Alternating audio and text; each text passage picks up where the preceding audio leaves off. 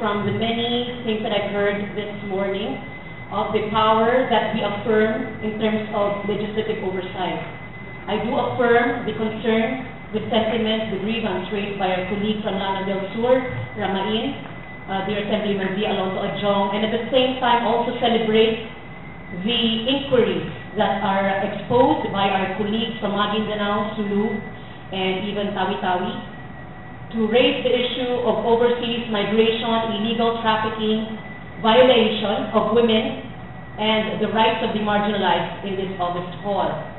For it is in the power of the legislature to check, to monitor, to protect those who do not have the protection that is granted by the government.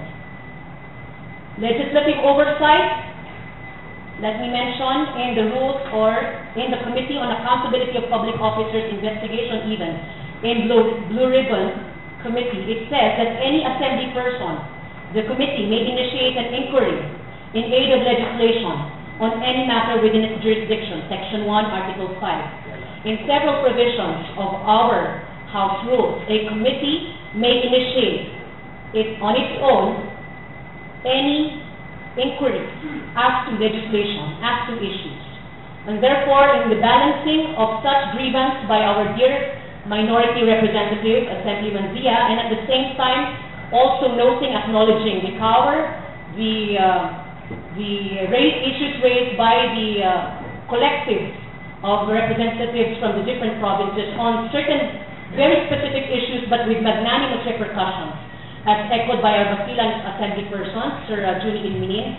I do raise to this body that such legislative function or on oversight or inquiries be at the same time balanced by the House rules, the legislative oversight rules, and at the same time our mandate to promote and protect the rights of those who cannot have the protection in representing our sectors. Dear Speaker, I will also reserve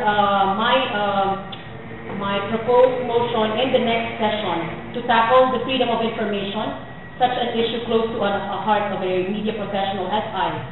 We recall that one of the things that brought us here in this August hall as assembly persons, all appointed by a president, is that we all collectively raised the issue of reform.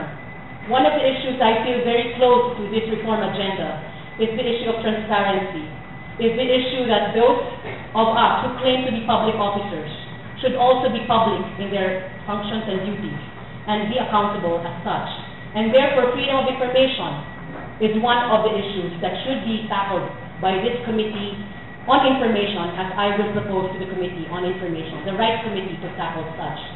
If we do remember Chief Justice Corona in last week's drama of such one of the most powerful personalities in this country, the third at that, representing the third branch of government, the judiciary, is an example, is symbolism, is a manifestation that nobody is above the law. That a public officer such as Chief Justice Corona cannot hide his dollar accounts, cannot hide his spec accounts, cannot hide his houses under the guise of being Chief Justice. And therefore what happened, ladies and gentlemen, Mr. Speaker, honorable members of this House, is an example that we are all in the same boat when we as public officers took the oath and covenanted our reform track.